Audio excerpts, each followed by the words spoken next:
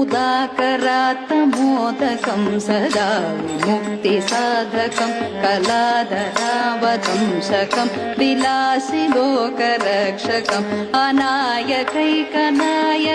विनाशि देवदैत्यकं नताशुभाशुनाशकं नमामि तं विनायकम् न तेतरादिवीकरं न बोधितार्कभास्वरं न मत्सुरारिनिर्जरं न ताधिकापदोत्तरं न तेतरादिवीकरं न बोधितार्कभास्वरं न मत्सुरारिनिर्जरं न ताधिकापदोत्तरं सुरेश्वरं निधीश्वरं गजेश्वरं गणेश्वरं माहेश्वरं तमाश्रये परात्परं निरन्तरम्